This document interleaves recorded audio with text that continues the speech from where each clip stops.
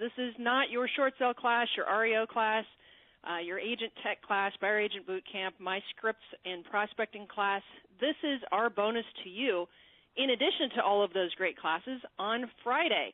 So you will hear us talk about short sales and REOs and that sort of thing on these calls, but remember, you have a regularly scheduled coaching call during the week. So if any of you have questions about what you need to be doing, where or how, all you have to do is call the office, 866-422-9497, and ask for help. We also have a live chat button on both harrisrealestateuniversity.com and realestateinsidernews.com. So, Tim, I think I hear you breathing, and we're ready when you are. Yes, I've got it, and we're already recording, so I'm just going to go ahead Perfect. and jump right in. Everyone, welcome to the Harris Real Estate University Superstar Interview, and it's Friday.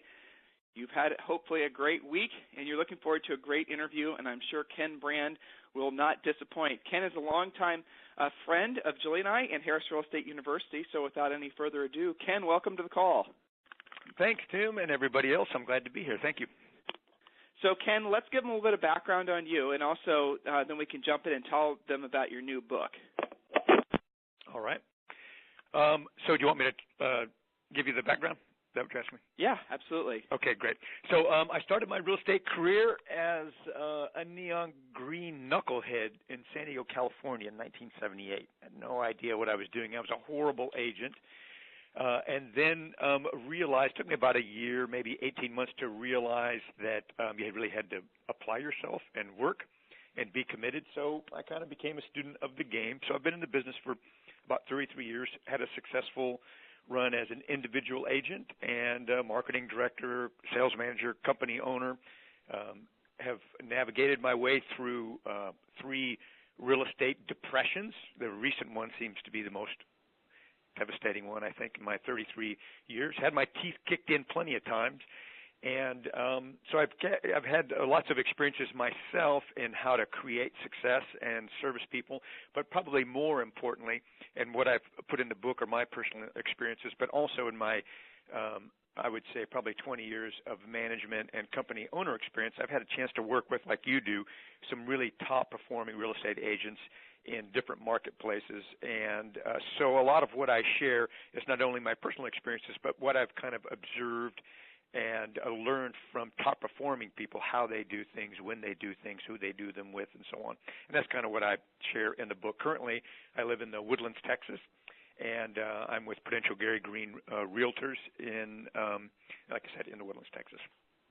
Great. And That's so Woodlands, Texas, along with the rest of the state of Texas, is one of the only bright spots in the overall real estate economy, I think. But is Woodlands, Texas specifically not doing as well as the rest of Texas? I'm curious. Yeah, I would say that the Woodlands is probably actually doing better than the rest of Texas because of the demographic that we have. It's a bedroom community outside of the Woodlands. The average sales price is $340,000, which sounds kind of probably low depending on other markets you're from. But in the Houston market, where the average sales price might be about $220,000, ours is a little bit higher. So things have gone really well for us. We whine and complain, and we have no idea really of what struggles are happening, across the country, because why we've experienced fewer sales and kind of the psychological things that go along when people are worried about the economy and so on. We haven't really seen a decline in property values like others have across the country. So we're really fortunate here. So why did you write your book? Well, that's a good question, and it took me 3 years to write. I've been in sales management and leadership positions probably for like the last 20 or 30 years, and what I wanted to do was take all the things that I've learned from other people and what I've learned myself and put, so I do a lot of training and I do some speaking seminars and things like that, but what I really want to do is kind of create a portable guide so that agents would have what I've learned from others, at their fingertips, wherever they happen to go, whenever they might need it, as opposed to maybe just attending a seminar or someone that I knew personally. I really wanted to kind of get it out there so other people could benefit from it. So I put it in a book. Well, so I haven't read the book. I know you sent me a book, but I haven't gotten it yet. But that's okay. We've been traveling extensively. So I did read some excerpts on Amazon. And there's a lot of really fresh, creative things that I've never heard or read, or certainly I think your motivation to enlighten agents as to what this new economy and, frankly, the new opportunities in this industry are all about, that's really what I took away from the excerpts that I read. Can you share with them the overall premise of the book? I mean, obviously, you talk about service, you talk about skills, but you also seem to be a true believer in the power of social networking and the power of utilizing sort of different ways of contacting and keeping in contact with the potential buyer or seller. Right. Well, I would say, so what I've experienced over the 33 years is, real estate really is the people. It's a people business. I mean, at the end of a transaction, there are sticks and bricks and stucco homes and so on, but really the primary focus has always been on people and our relationship with them and building trust. And I think what's happened, there's kind of a shift in our cultural society in how we perceive marketing and how we perceive salespeople as consumers, and just as a general American culture. And we're kind of, and I think a lot of it has to do, it's been going on for a little while, but a lot of it has to do with everybody, the stress that everybody, all of us, right, all Americans have been under. So it's, we kind of live in a trust-starved society these days. It's kind of a don't sell me, don't bullshit me, don't tell me. What I want you to do is focus on me, not yourself. I want to know what you're going to do for me, not how great and good you are. And so I think the approach that we have to take today is different than what we did in the old days, right, which I would call kind of selfish selling, where, it was just you could convince people and persuade people by just shouting louder than everybody else. And now you need to be able to connect. So the way we do it is different. People are so busy, in the old days, or I'd say the old days 10 years ago, there was more social interaction and people weren't so busy with their personal lives. So you could connect and build trust with people personally. But now you can't really do that. So we have to embrace these social-type tools in order to be able to create top-of-mind awareness and become trusted and familiar and referred. And so really in the book I do talk a little bit about which social tools are the best social tools and so on. But really, it's about what are the methods and the strategies for building that trust and building familiarity and doing the right things with the right people in the right order, behaviors, that type of thing. So what I think I'm hearing you say is basically the days of sort of the look-at-me ego-type marketing and advertising and I'm so great, I'm number one, you should do business with me. You're saying that has gone full circle, and now what that is an actual turnoff for most potential buyers and sellers. And I think I read this actually, that the younger demographic, the baby boomers' kids, could care less about, all of your old real estate accomplishments. They're more focused on, different values, different sets of rules, whereas maybe their baby boomer parents would have been interested in the awards and the accolades and the ego stuff. They're not. And I think I'm also hearing you say that the way that they want to be communicated with is profoundly different. Could you give us some, for examples of, say, like, the old way of doing things versus the new way, just so we can kind of like maybe agents listening now and in replay can say, well, I guess I'm doing it the old way. I need to shift to maybe consider doing it the new way. Can you give us some specific examples? Yes. So let's say you've got different types of marketing, right? So in the old days, I would say the focus was primarily on, a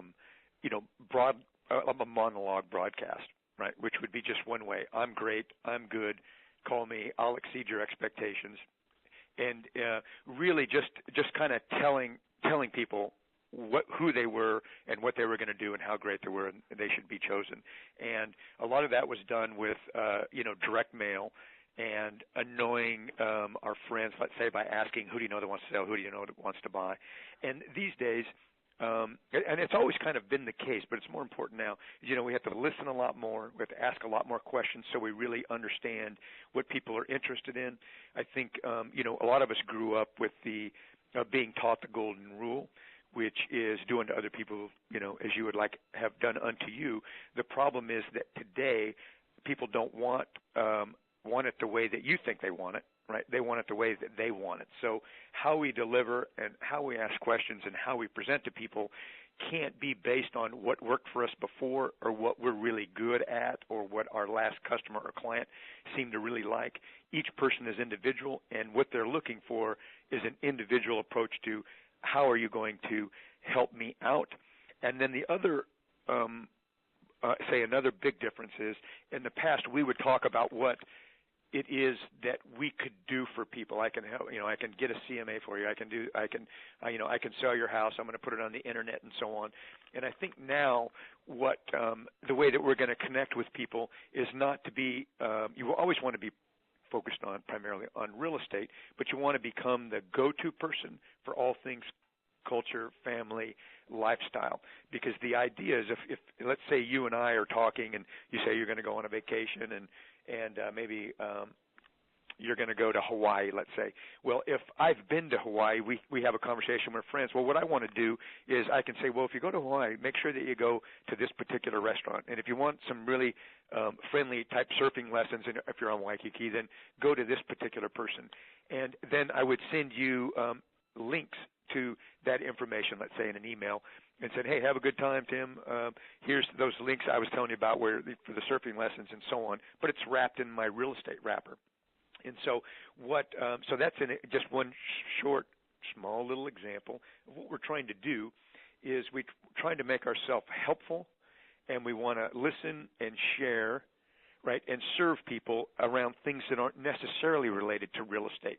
Because then when they have a real estate need, the human brain tries to decide who they should call. And what we know from experience and also from reports and studies that have been done, for example, in the 2010 NAR survey, home buyer survey, what we learned in that survey, and this is also in the books and this information, is that about 7 out of 10 people are only going to contact 2 agents that they want to talk to.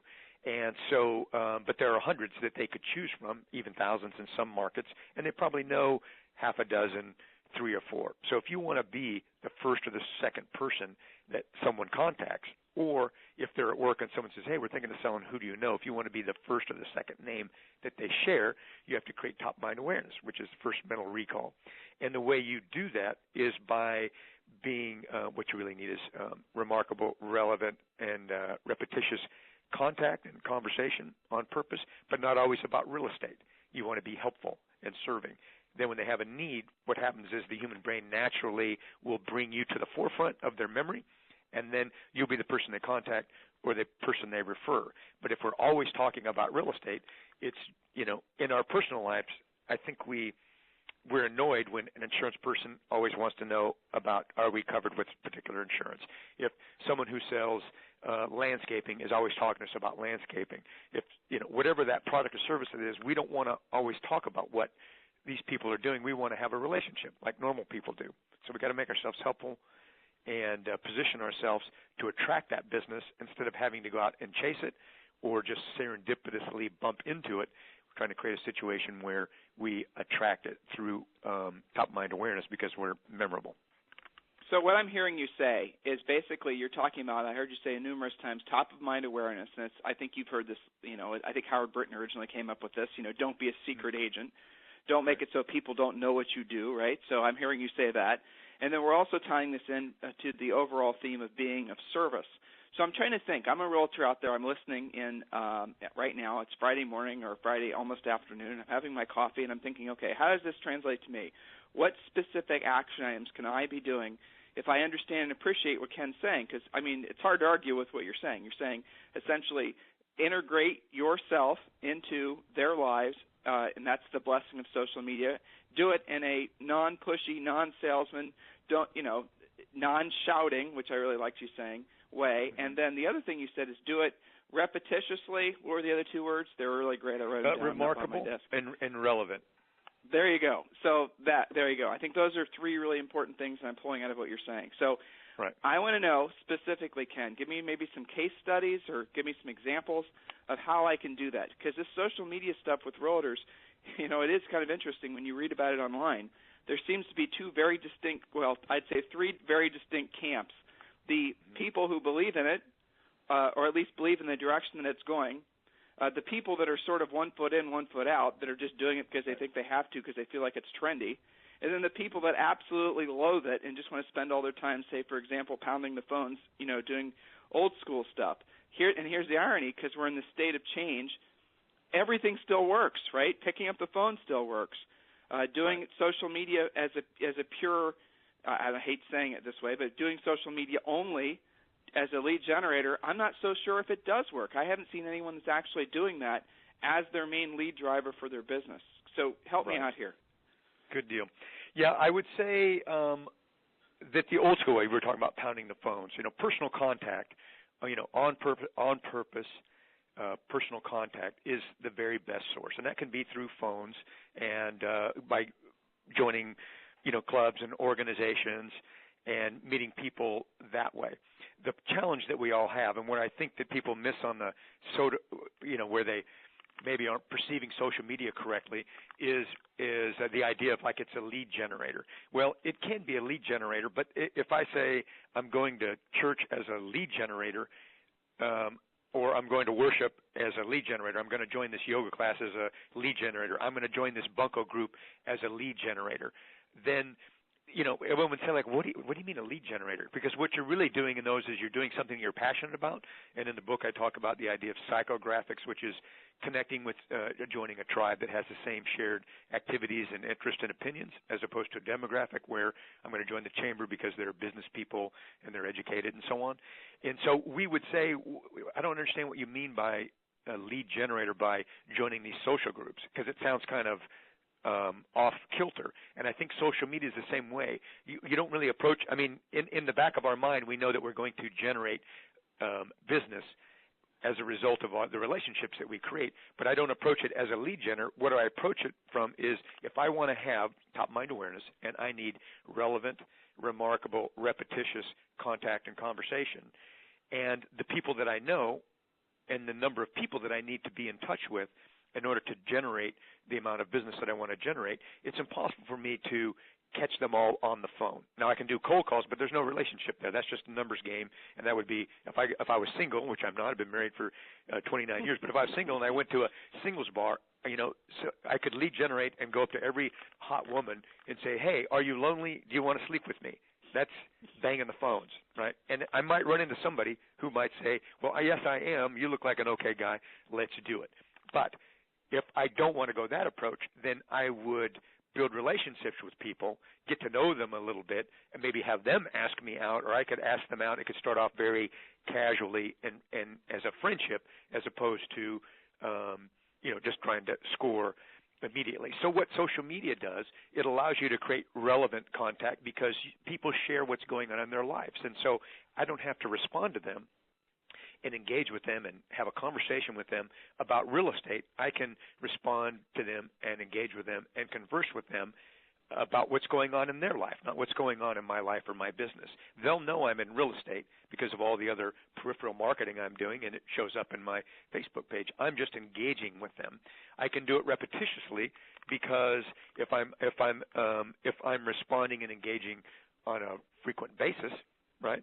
Nighttime, daytime, during the day when I have time, I go on and I see what my friends are doing. I click the like button. I share some things. I see what's going on in their life. This allows me to listen and figure out how I can be of value, even though I might not be of value. They don't need to sell or buy, but they might be looking for, we're going to go celebrate somewhere. Who knows, a good restaurant or whatever it happens to be. So Facebook allows us, I'm using that as a kind of the flagship social media platform, allows me to have relevant conversation because it's all about what they're doing, not about me. It's repetitious because I can just monitor my Facebook list, for example, and see what people are up to and then engage appropriately in conversations about what they're doing, not about what I'm doing.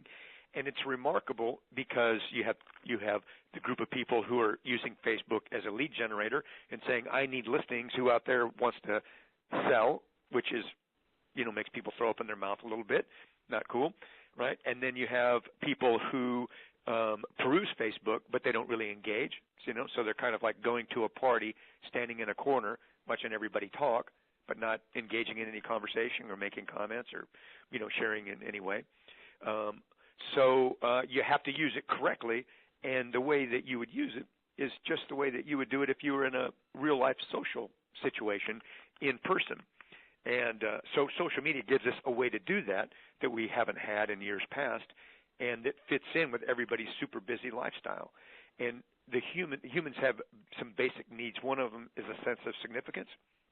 And people don't go, right? So the people that we know that we want to work for, they don't go on Facebook and talk about their kids' swim meet and then hope that nobody clicks the like button or leaves a comment, right? That's depressing. They wouldn't put it on Facebook if they weren't interested in interacting with people.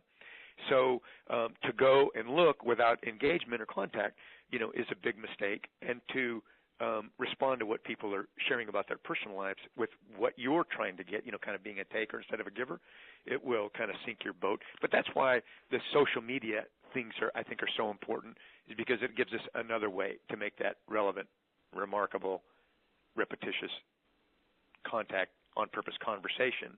And so when I say conversation, our brain doesn't really differentiate between a verbal conversation that we're having and one that I read, a letter that you wrote me, or a status update that you wrote, or a comment to, what I'm doing or what my family's doing, or a trip that I'm taking. Well, so you're giving me some actual practical ways to use it. So we've been on Facebook for years, and I Sure. agree 100% with what you're saying, and it makes complete sense. And I think the really important thing that you said was essentially you approach social media a lot like you approach life in this new economy. What can I do for you versus what's in it for me? And I'll tie this in on maybe a larger scale. Richard Branson, Julie and I were at an event. Now, this was years ago, well, less than 5, and Richard Branson was the keynote, and his whole spiel was just that subject, right? Right. Switch away from what's in it for me to what can I do for you. Literally say it, live it, breathe it, think it. And then if you scale that idea out and you look at some of the most successful businesses in the world right now, everyone overuses this example, but it's a great one. Look at Zappos. I mean, they are 100% geared around what can I do for you. Hell yeah, they're selling shoes and clothes and whatever else they can get you to buy. But the bottom line is that, when you connect with Zappos in any way, that they're there to, even if it is in a commercial setting, they're there to have some sort of relationship with you.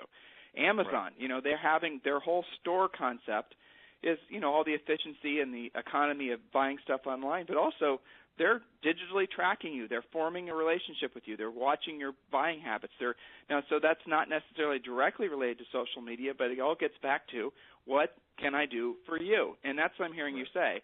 And I really like how you gave some very, so let's say, for example, I'm a realtor who's been on the fence about Facebook and the rest of it. I don't really know what engaging means. I don't want to be sitting around all the time commenting on people's comments and all this rest of it. Like you said, hit the like button. I think that was a really good example. And I love how you said, someone posts pictures of their kids at the swim meet. They want people to make comments. And when you make comments, they're going to remember. And when they make comments, they're probably going to click on your name if you don't come to mind right away, and they're going to see what's going on in your life. And that is sort of a modern way it is a modern way, a futuristic way, if you want, a 21st century way of communicating. And going forward, and here's the kind of thing that amazes me, is so I'm 41. People younger than me by only like 5 years, they see this as normal communication. They don't differentiate between online and offline in the way that they coexist with other people. And if Facebook follows through on half of the things that they're saying they're going to do after their IPO next spring, you're talking about some revolutionary systems coming in place that will really, for the realtors that are plugged into this, will really take their businesses to the next level. It's really exciting. I'm sure you've heard some of the things about, the holograms that are coming out, and there's a cell phone supposedly that's under development that you're going to be able to literally talk to a 3D hologram of the person versus texting with them. You're going to be walking down the street and have a 3D hologram of the person right in front of you, so you'll be talking to. Sounds like Star Trek holodeck.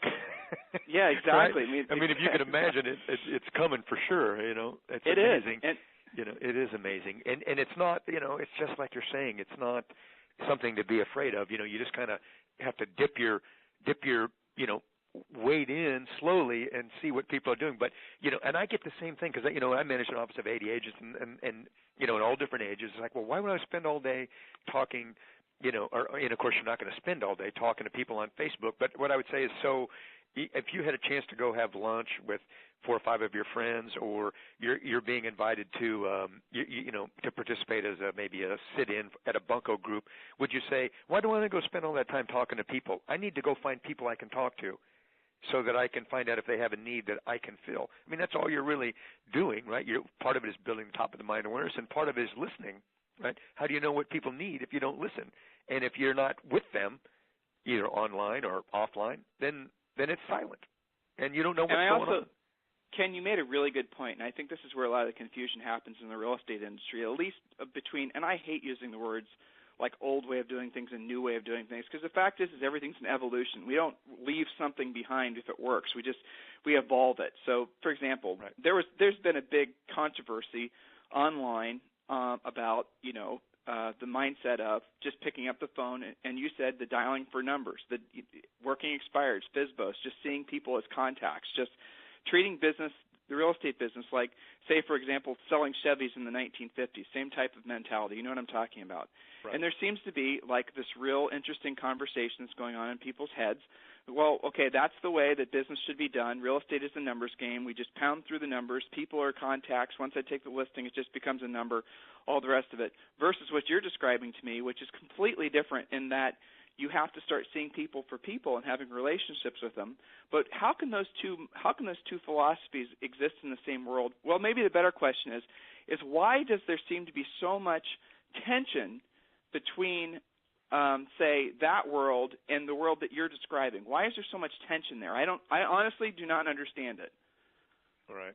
Yeah, that's a good question. I'm not sure I understand it completely. But so my theory would be this. First, I would say some of those ways that we're describing, the cold calling, you don't see that too much, but people are still there's people that do that. I think calling on expireds, calling on for sale by owners, we promote that idea that they, calling expireds is a good idea. Cold calling is a good idea. Door knocking is a good idea. That's one way to do it, and it's not the wrong way to do it.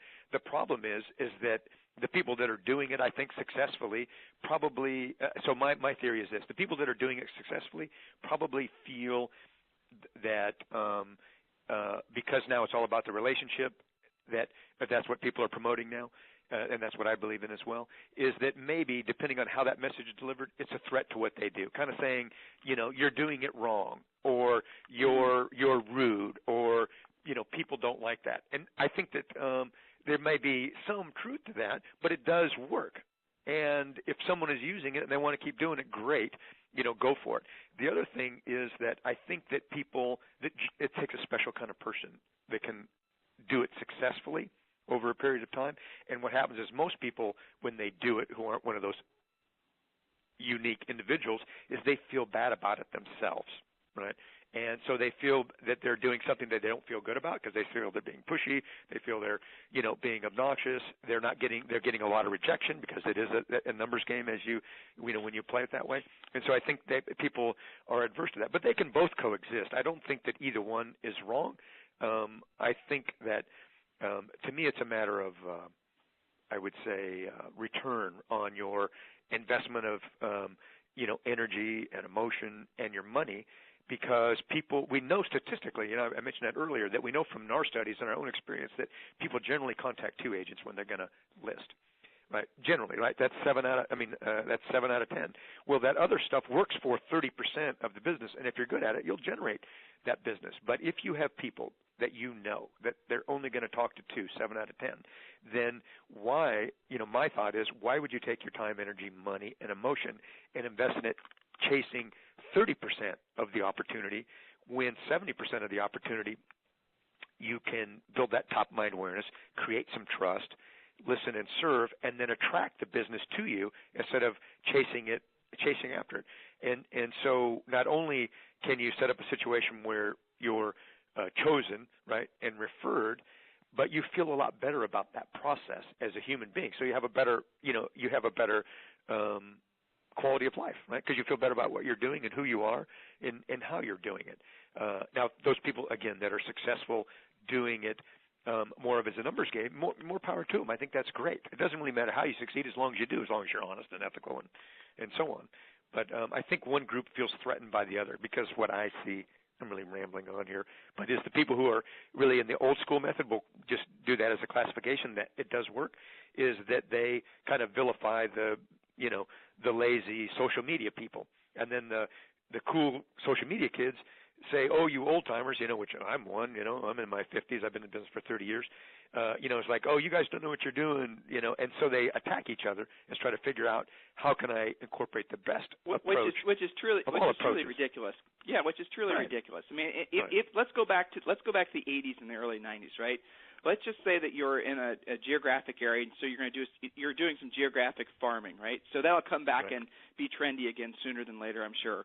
So you're going to geographic farm an area with postcards, and let's say at the same time you're going to be doing, I don't know, radio spots or something like that, and then you're going to be doing, and also you're going to be calling into that same geographic area with expireds. Well, doing all three of those things, as Ken has said many times, is going to give you that top-of-mind awareness better than if you just called them out of the blue, not having done anything else. Now, think of it this way, and this is where it gets exciting, Ken, and this is where I think both worlds really are the same. One doesn't necessarily replace the other, at least for now. One enhances the other. As time marches on, and I mean very short period of time, 3 to 5 years, who knows? Calling over the phone might be completely and totally irrelevant because maybe people are going to start using something other than a phone. Maybe the idea of having a hard line is going to be gone. Phone numbers are becoming increasingly difficult to get. So let's say if you're in the prospecting over the phone only camp and you're resisting using the social media just for whatever reason. Let's just for the second say that you're going to set that resistance aside and you're going to look at the opportunity that this presents to you. One doesn't necessarily replace the other now, but it probably will. So use it for now to enhance your relationships with those other types of people. Use this as an opportunity now to expand your network. That's the other thing that's cool about social networking. Ken, let's give them an example. So I'm on Facebook, right? Right. And I've got 5,000 friends, and we've got, thousands of people that are on our business fan page, whatever the name is for now. You post something on your page for Facebook, and that also shows up on my Facebook page and also then exposes that same message to all 5,000 people that are following me. So let's explain to somebody how powerful Facebook can be as far as spreading the message. I don't think I explained that correctly, but walk me through this so folks can understand the power and how quickly we can disseminate information about ourselves or our services or just our interest in being of service to others. Yeah. Good. I think you explained it pretty well. So let me elaborate on it a little bit. So it would be, let's say, so what I like to do, which helps me a little bit, is I say that the online, let's say the Facebook community is just like my in real life community. And so if I went and I was in a meeting or let's say I was talking to a friend of mine about the swim meet. We'll use that as an example. We have an agent in the office who has kids in the swim meet, and so we're kind of talking about the kids and the swim meet and what's going on, and maybe they happen to ask me a question about real estate, or even if they don't. The difference is that if you and I are talking, it's like you and I talking in person. If you were here sitting across the desk and we were recording this, not recording it, but just you and I, right? Well, the only people that hear this conversation are me and you. But on Facebook, when you and I have this conversation, then all of your Facebook friends can hear what we're saying. And that's what I want as an agent. If we want to, right? If I have my settings set up. And as a real estate agent, I would, so people, that's another, maybe that's a kind of an off topic there, but just real quickly, people are concerned about the Facebook settings and what should I do and so on. And what I tell people is the security settings are between your ears. You're a professional. You're in the real estate business. Do not post anything on Facebook that you would not want anybody to see. So I recommend that you open up your settings as wide as possible, and then the security setting is you only doing what you want to do. But if the settings are wide open, then it allows me to have conversations with a friend, and then the difference with a social media platform like Facebook is, compared to real life, is that then your friends and my friends can hear our conversation, and that's what I want. I want exposure, and I want remarkable, relevant, repetitious conversation. And if other people see what we're talking about, then they might like what I'm talking about, or it could be that we have the same friends. And why I haven't talked to them in a while, they hear the conversation, and then a little synapse fires off in their head. Oh, that's Ken Brand, the realtor, right, from other things that I'm doing. And so then I've made an impression in their minds. And and maybe no one else is making an impression in their minds. And maybe tomorrow they come home and one of them has been transferred and they need a real estate agent, and then I pop into their head because they saw me yesterday talking to one of their best friends, and I just happened to be the first person they thought of, just because that's how the brain works. So it provides opportunities for exposure and attraction that we don't have in real life when we're talking one-on-one. Let me throw a question in there, because I just glanced at the questions, Ken. This is perfect for what you were just saying. I see there's 3 or 4 questions, and I'm not going to read the agents' names, who basically they're saying, how is Facebook going to make me money? Is it a lead generator? And I think we've kind of covered this 2 or 3 times before. Right. This is sort of an enhancement, a way of building relationships. But right there, those questions really are at the heart of the conflict that's in the real estate industry about how to use social media. They want to know, is it going to make me money now? Is it going to make me money now? And what we're trying to say, and Ken definitely backfill or frontfill anything I say incorrectly, that's not what social media is about. No more than if one of the things I think everybody would agree that if you involve yourself in social groups, right, in groups of people and become friends with them, then they might refer you or hire you to other people because they like you and trust you. And so if I said to you, joining a social group, how's that going to make me money? How's that going to generate leads? Well, it generates leads because I'm around people, and people choose people to work with and give them tens of thousands of dollars, people they know, like, and trust. And if they're not familiar with me, right, then how can they get to know me if I'm invisible or I'm not talking to them or my only conversation with them is on a cold call? Right? Or if I show up to said social group and my thing and I think that I'm supposed to stand on top of the highest chair and shout, my name is Barney Smith, and I'm here to sell houses, and who do you know who wants to buy or sell real estate? That's absolutely something you wouldn't do. Again, so that's kind of trying to tie everything in. It's not a standalone lead generator, and to be thinking of it like that is a mistake. It's an enhancement. It's something that you do to expand your network. Ken's examples that he continuously gives about, thinking of it in terms of going to a B&I meeting. Maybe B&I is not the best example, but let's say your church, synagogue, or mosque. You're going to walk in there. You're going to get to know the people that you generally sit around every time you go there. You're going to hopefully get to know people afterwards at the various social events. You're not just going to go up there and slam a business card in their hand, while they're, sifting through the Old Testament, are you? No. You're going to get to know them. You're going to, be friends, be a human. And then as you get to know them, then naturally in the course of the relationship building, they're going to know that you sell real estate. It's going to come out. How long does it? It's the old school, right? Ford, family, organizations, relationships, dreams. So when you're communicating with somebody, Ken, it's kind of funny as we have this conversation. I wonder how many people have absolutely positively forgotten how to communicate, how to build relationships that aren't focused on what's in it for me. Maybe that's the topic of your next book, right? Right. Well, here's what I kind of playing on what you're saying there. The reason why it's so important now is because as Americans, right, and it doesn't matter what market you're in or where you're at, people have experienced so much trauma. Right, emotional trauma, financial trauma, distrust, politicians, financial markets, Wall Street, my mortgage holder, that we crave this. We're trust starved, and so people are not inclined to do business and give tens of thousands of dollars to people who seem greedy or untrustworthy, and being all about me, right, and who what I need is distrustful, right? Because that's kind of what people, I think, generally, whatever political persuasion you are, that's kind of how the general thing is, man, we're getting screwed over here. And the same thing with Wall Street and banks and everything else. And so it's more important now ever that, to build these personal relationships or to build familiarity, because otherwise people won't give you the time of day, In my book, that's the heart of it, though. But that's the heart of it, right? And when you say build trust, let's give them some specific examples of what you mean by that. So maybe some of them are getting confused by that, right? Okay. Build trust. How does someone build trust on social networks? Okay. The way that you build trust, and again, I have some chapters in the book that kind of talk about how you, it's like certain behaviors and activities, right, that would do that.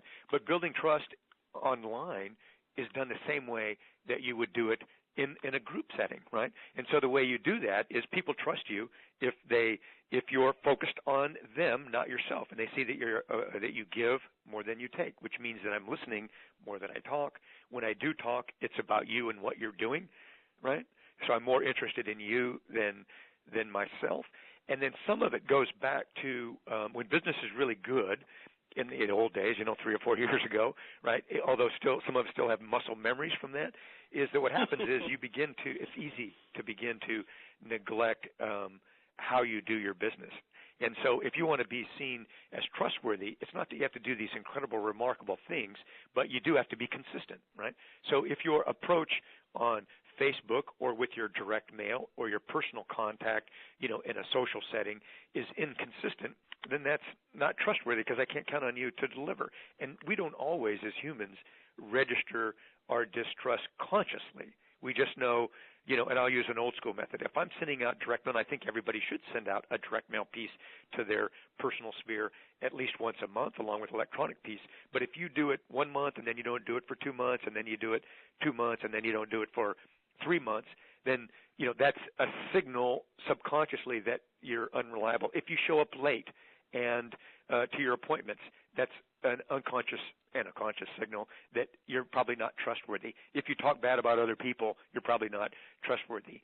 If you, so it's those types of common courtesy type behaviors that we have to pay special attention to. If I go on my listing appointment and I'm answering my phone because I'm a big shot and I'm super busy, then that's an untrustworthy behavior. If I tell them I'm going to do something and I don't do it, whether it's a follow-up on a phone call, I'll get your flyers here by this, I'm going to have a professional photographer come out and then I do it myself. All those little trustworthy behaviors add up. And I think what happens is we think of this, I have to build trust. And if we just think like, who do I trust and why do I trust them? And if we just behave like good people, then we'll build the trust. But I think we get away from that in our haste to do business. And then also when we're under pressure, right, financial pressure, social pressure, emotional pressure to achieve or succeed because things are really difficult, then we gravitate back to our base selves, and then it becomes more about us than others because we have to make things happen. You're basically talking about the Maslow hierarchy of needs, basically, and as people, that's true. I mean, when people are under certainly emotional and financial pressure, they have a tendency to, let's say regress. But I also like what you said. That's really a simple explanation, I think, of what building trust online means. Basically just means following through on what you said you're going to do. And I'll give you some other, I'm sure you mentioned this in the book as well, but, if you start, for example, an Active Rain website and the last post on it was from from, say, 2008, and someone's doing some homework on you before they choose to call you out to do a listing presentation and they see you didn't follow through on that, that's not good. If they Google your name, guys, you got to remember, when people are doing homework on you nowadays, they're Googling your phone number. They'll just put your phone number in to see where you've posted your phone number. They'll Google your email address. They'll, of course, Google your name. A lot of sellers nowadays are very sophisticated, and they're doing all kinds of homework on, potential realtors. This is just the normal way things are done nowadays. And there's a lot of other sophisticated techniques they can do to find out about you. And if you are trying to Go ahead. I'm sorry. Didn't mean to interrupt you. Go ahead. Well, I was going to say basically the importance of never saying anything negative online. That was really my point, because that will follow you in the proverbial permanent file your entire life. And as you know, we have a lot of thousands of agents that are learning how to list REOs and do BPOs and all that. And it is amazing to me that when we offer them free coaching calls, one of the things that all of our coaches do before we have the free coaching calls is we do everything I just said. We do a little Google searching on that person to find out if there's anything that they're doing that we need to be aware of so we can correct their behavior. And you'd be amazed how many times we find that they have been bashing asset management companies and BPO companies on Pick Your Website, and they're wondering why those companies don't want to do business with them, because they're listening to you. That's why. You've broken the trust. Yeah, everything is there forever. I would say, too, kind of in the past, if people wanted to know about you, right, they believed whatever it is that you said, right, in form of marketing and advertising and promotion broadcast-wise, right? That's why, if I saw your face on a billboard, and I'm not saying that people shouldn't do that. But if I saw that, then I knew you were a heavy hitter. And if you advertised big ads in the paper with your big picture that said that you were number one, then I thought that you would be number one. So I would turn to broadcast media in the old days, because that's all we had, to evaluate you. And we've all had the experience where someone would spend a ton of money, an agent in our community, on advertising, and we knew they were a horrible agent in terms of the kind of service they delivered or how they treated other agents during the transaction, but they could buy attention. Now, you can't buy it. You have to earn it, and the way you earn it is through social media. So, you said something that struck a chord with me, is that people are sophisticated, and there are sophisticated people out there more than ever. But also, the general public, even if they're not sophisticated, they know if I Google somebody and whatever I find means something. Just like it used to mean, if I see your picture everywhere, and the bigger it is, the more important you are, it must be the better you are. That's how they used to make decisions. And now they don't make decisions that way. Now they go online. Okay, so hold on. Now we're talking about something really powerful. We're talking about the difference between, like, the younger generation, not that much, say mid-30s and younger. They basically believe in the idea that the crowd helps to make a better decision than the individual. They almost never will trust simply an advertisement. Right. That's the reason that you have so many of these websites that are all about, what does the group think about this restaurant? When you even go to Groupon, right, they have a nice little social widget there that shows you how many people have bought the particular, coupon or what their comments are. The new way of doing business, the new way of sort of attracting people online. Look at Amazon. When I go to buy something on Amazon, I just scan right down to what the consumer reviews are. Now, I know those guys are getting a commission if I like their review. I understand that it's not completely pure, but I'm listening to what those people say versus what the manufacturer said. That's what Ken's saying right now. So, I mean, right. There's a lot of ways to think about this. It's not an only. That's, I think, the main thing I heard Ken say, and everyone needs to get that really clear in their head. Depending on really what your goals and aspirations are for your business, it could be – social media is something that everyone should be doing, just like getting out of your office or your home office and going out and meeting people every single day. It's something you should be doing. Does social media replace anything that has always worked? Not yet, but it will. I honestly think it will. I think it'll obsolete a lot of the – yeah, go ahead. I would agree with that. It's kind of like this. It's kind of like you wouldn't say, I'm only going to use my cell phone. I'm not going to use email or text. You wouldn't do that. Exactly. Right? Yeah, that's a better example. And so you wouldn't say, I'm only going to do expires. I'm only going to do for sub-owners, or I'm only going to do Facebook. No, you wouldn't do that. You're going to use what works and the best tools for you. And that's kind of, I think, how you have to approach it. It's not an either or. Just like a phone and email and text and a website, you don't just say, that's all I'm going to do. That's right. And the nice thing is social media is free, by the way. Oh, in case we didn't mention that, right? Yeah. All right. So I got a good question that came in. This is Mary from Port Archard, which I think is in Texas. I could be wrong. Do you brand name your Facebook page with your real estate name, email, or with an interest that impassions you? That's an interesting question, isn't it? How does real estate come into the outside interest online conversation? Do you understand her question? I understand the first part, I think. What was that second part? Well, there's sort of two separate questions, right? I think Okay. The first one is, should Mary from Port Archard brand herself online using her name? Ken? I would say that, yes, you want to use your name. I would definitely brand yourself with your name. And, of course, if you have to have your brokerage on there and so on, and I think that's a good idea. You're probably proud of the company that you're with. But I think what you're trying to do with that top-mind awareness, right, is create that memory. And it's nothing wrong. I wouldn't say it's wrong to have my website on my blog is Brand Candid. It's got my last name in it, although you probably wouldn't know that just from the name. But I make sure that on all my web stuff, if you have something that's not that it's easy to get a hold of me, and my name is prominent. I think one of the mistakes that people make is, this is just my opinion, is that in an attempt to personally brand my page, I make it all about me and my gigantic picture. And I think when people are going to your website, they're coming to our websites, they're not coming to see a gigantic picture of us. They're coming there to get something from us, information about whatever it is they're looking for. And then while we do want to brand it and have our information in there, we're going to have our contact information super easy to find. I'm surprised by how many websites don't have a phone number like right at the very top, or it's hard to find out how to contact people. So, yes, you definitely want to brand it with your name and yourself and your personality. but not that's all you're doing, right? So it has to be kind of subtle, I would say. The primary purpose of that website is to serve your viewers or your readers and serve up what they want. And then when they're getting what they want, they're going to find out more about you and then contact you or ask questions.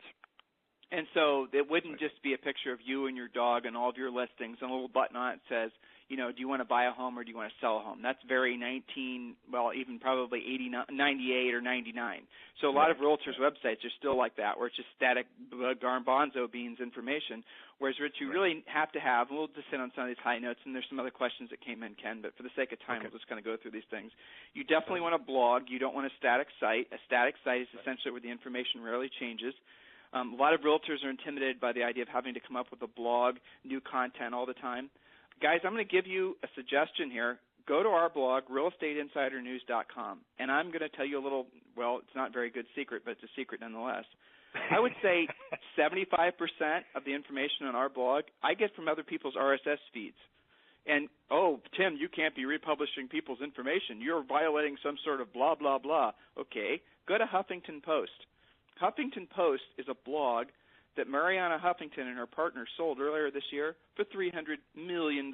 Now, 95% of the content on Huffington Post is republished RSS feed from other people's blogs, right? So, guys, you don't have to sweat so how do you use this? All right, so you're a realtor, you're in, say, Columbus, Ohio, and you're focusing on the Clintonville, Beachwald area.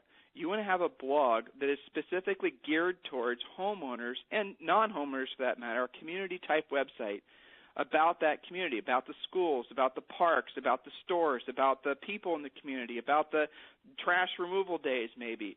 And then, secondarily, real estate information. Because if all you have is a static website that's only geared towards people wanting to buy and sell, your site's going to get no traffic. But if you create something of value to them, giving before you get, kind of Ken's overall theme, I think, and you do that, it translates to your blog, you're going to find miraculously you build that long-term trust with folks.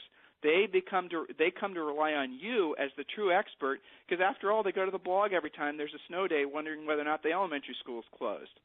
I mean, Ken, am I hitting on all cylinders here? I think you're hitting perfectly there, and let me add to that too. So again, getting back to the Facebook, where you want to spend 70% of your conversation on Facebook is about other people and kind of what they're doing. And then when you do post something, so I get a lot of, and I imagine you do too, everyone has a question like, well, what do I say? I don't know, who really cares and so on. So what I do is I visit the local blog websites for the Woodlands Development Company, and then we have some other informational type sites for our community.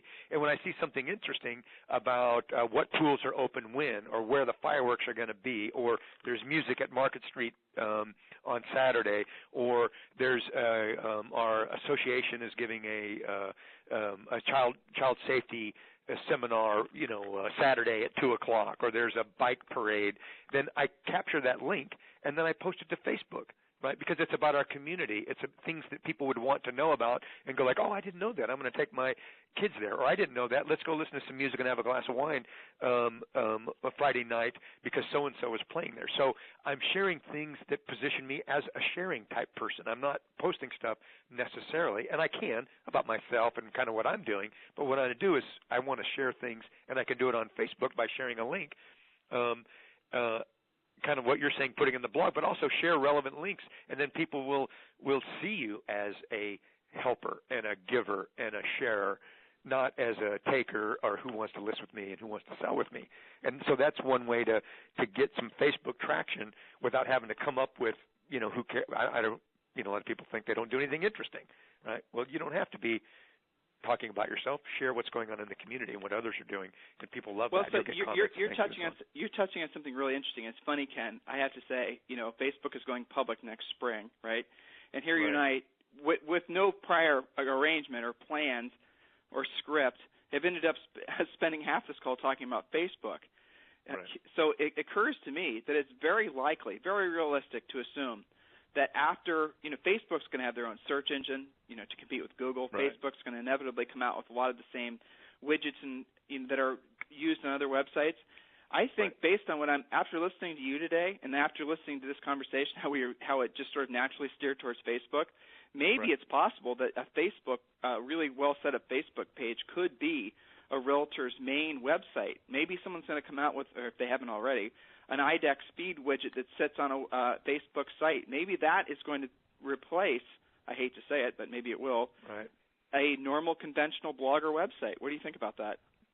I think that it can. You know, what I do is, and this is the beauty of today's modern technology. So I have a blog, right? So we were talking about that's a good idea, and a lot of people, you know, are kind of fearful of that. But if you do, what I do is I take so one of the benefits of having a blog is that's your content. You own it.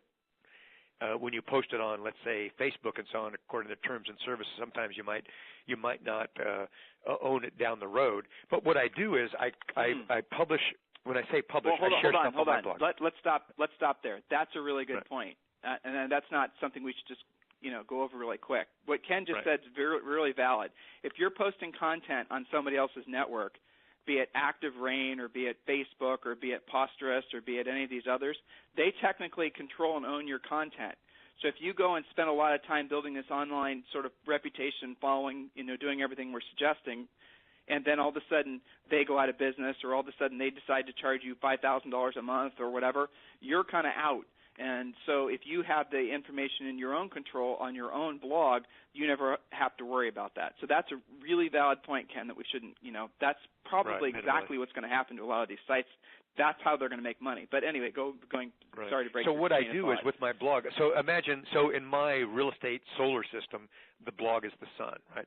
And what I share on there, so when I talk about publish and people talk about content, it's really just like, what do you share, right? What information do you share? So when I share on my blog, it's like sending sunlight into my real estate solar system and out to my different networks. So planets would be like my Facebook, my Posterous, my LinkedIn. And so I take what I share on my blog, which I own and it's my stuff. I never have to worry, like you were saying, that someone's going to say, oh, now we're going to start charging for it, or, we're going out of business, or, there's some new requirement. And then I take a link from what I've shared on my blog, and then I share it on Facebook, and then I share it in LinkedIn, and then I share it on Posterous, and then I share it on Active Rain. So I get the broadcast, the blog's my sun. It sends my sunlight out to my various networks. And then even if people don't visit my blog, if I put it on my Facebook page, then all of my friends see it. Some of my friends, particularly if it's something about an event that's going on in the community, they will share it on their page. And then my sunlight is shared with my friends. And then we were talking earlier about friends of friends. Then other people see what I've shared, even though I don't know them. Right? My friend put it on theirs to share with their friends, but I get credit for it. And so everything.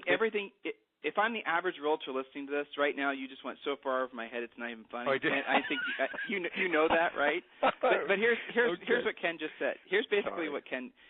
No, it's okay. I mean, but the thing is, Ken, is even though it sounds complicated, it's so damn easy. It's not even funny. Yeah. It's easy, guys. I'll give you an example, and all of you listening to this call, I'm sure, go to our blog on a regular basis, realestateinsidernews.com, and I'm going to share with you guys some silly secrets that aren't really secrets. So when I post on, or somebody else posts on realestateinsidernews.com, then what happens is that post is automatically broadcast to Twitter, and then Twitter automatically broadcasts, sort of like, don't take the word broadcasting. It's any sort of big deal. It's basically just sending a link, like Ken just said, to the article that I just posted on the blog to Twitter, and then there's services. The one that we've used in the past is, what is it called? I know there's Tweet Sender, and there's all kinds of different services now that will take your rays of sun, to use Ken's analogy, and then broadcast them across all the other social networks, so you only have to do the posting once on your blog. Hopefully that makes sense. So when you go to, like, for example, guys, when you go to realestateinsidernews.com, let's say you're there now, and you're listening to us as we're kind of describing how to work this, and click on the article today about Ken Brand's interview. You're going to see on that there's little social sharing buttons. That's what they're called. So you're going to see the Facebook like button. You're going to see the Google +1 button. You're going to see like it now. It now. Click that like button. Okay, so let's walk them through. All right, so here's what I want everyone to do so we can like Ken's interview, and I'll tell you guys some power of this. So on Google +1, if you +1 it, what happens is that actually, the rumor is, that actually helps the search results. That tells Google that this is a valid link, that a valid story, content that a lot of other people liked, and they're actually hypothetically going to push it up on search results, so I've read. But here's what happens. Let's say when you like something on Facebook, you're going to like the Ken Brand interview because Ken is such a genius of a guy and an industry leader, and you've loved this interview. So you're going to like it on Facebook. What then it's going to happen, just by clicking that little button, is the actual blog post that you just read from Real Estate Insider News, the article, using kind of older school words, is then going to appear on your Facebook page, thus broadcasting, there's that big word again that you shouldn't be overthinking, to all of your friends on Facebook, be it 50 or 5,000. They're all going to know that you liked that particular interview, and a lot of them are going to be curious about it, and then click on that story, and then, rinse, wash, repeat. And that's the power of social networking if you really want to think about how to market, say, for example, your listing. So a clever realtor is going to go to a listing presentation, maybe a competitive listing in the Woodlands area of Texas for a really wonderful home. The seller has equity. It's like kind of best-case scenario thing. The seller has to sell. And they're going to have a whole situation. They're going to have a whole part of their listing presentation that is explaining this to the seller. Now, if I were still selling real estate, which I haven't for since 2002, basically, and I'm listening to Ken talk. Ken, you're motivating and exciting me. I'd definitely buy your book. By the way, guys, the link on the webinar, just click it, goes right to Ken's Amazon page. You can buy the book. Great book. It's only $20. It's in Kindle as well. So, right. On Kindle, that's right. And so then what happens is that you can figure out quickly how to do everything that we've been talking about doing. But Ken, if we had to encapsulate this interview down to a few valid points, what would they be? What are the things that you want them most to understand about Ken Brand's book and what the message you're trying to put out there and you're very effectively putting out there? What would it be? Help me to kind of break it down into a few points. I would say this. To start with, we live in this trust-starved society, which is different today than it was 4 years ago because of all the things that have gone on. So trust is paramount. And we know that people are only really generally, right, 7 out of 10 are going to only think about a couple of people. So we have to create top-mind awareness so that people think of us as a trustworthy agent when they have a need or when a friend asks them.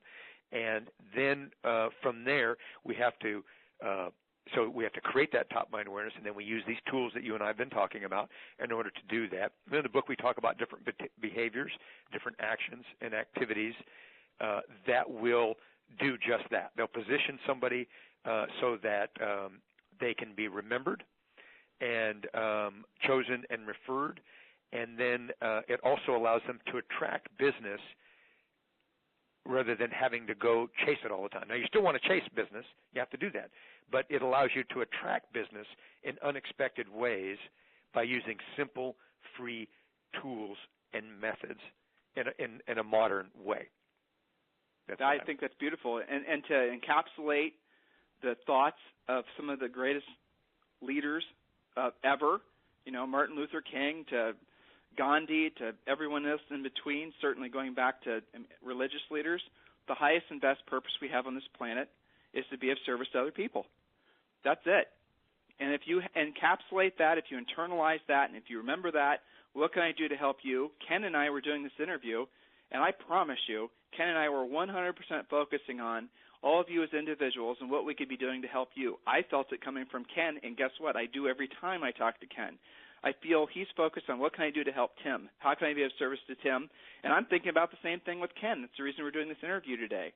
If you just accept the fact that that is the way that our, society, our civilization, everything is moving towards the direction of how can I be of service to you, away from what can I get out of you, which is the old way of thinking during the bubble, greed-based, ego-based thinking, that is gone forever, hopefully. Accept the fact that it's all about how you can be of service to other people and really internalize that and have that be your way of living. Guys, you will be stunned by the amount of business that will come to you. People will be able to feel that you're different. People will be able to feel that you're sincere. People want to do business with you, and more importantly, they'll want to refer business to you. So start with just some of the basic concepts of how can I be of service to you. Write that down. Put that on your desk. Focus on that very thought. Say that to people when you're talking with them. if you're calling expireds and FSBOs, and if you're doing direct mail and you're calling your centers of influence, and you're also doing social networking, start saying that. How can I be of service to you? How can I help you? If you see someone that's looking for information on something, Julie had a great idea, and I'm sorry I didn't mention this earlier. There's a huge, biblical scale hurricane that's hitting the East Coast right now.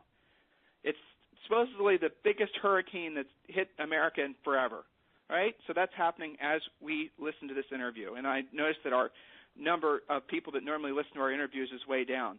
So here's a thought for all of you, okay? What are you on the East Coast doing to help the people that are right now suffering through the hurricane? If you live in Virginia, D.C., you should be calling all your centers of influence or past clients, and you need to be asking them or suggesting to them that they start taking pictures of what their property looks like. If they have beach houses, if they have any sort of situations where they necessarily want to be worried about what the storm's effect is going to be on their property, tell them to take pictures. After the storm has passed through, call them, email them, post on your Facebook page, mail them a list of service providers that you know and trust. This is your opportunity to step up and be a leader. This is your opportunity to be of service.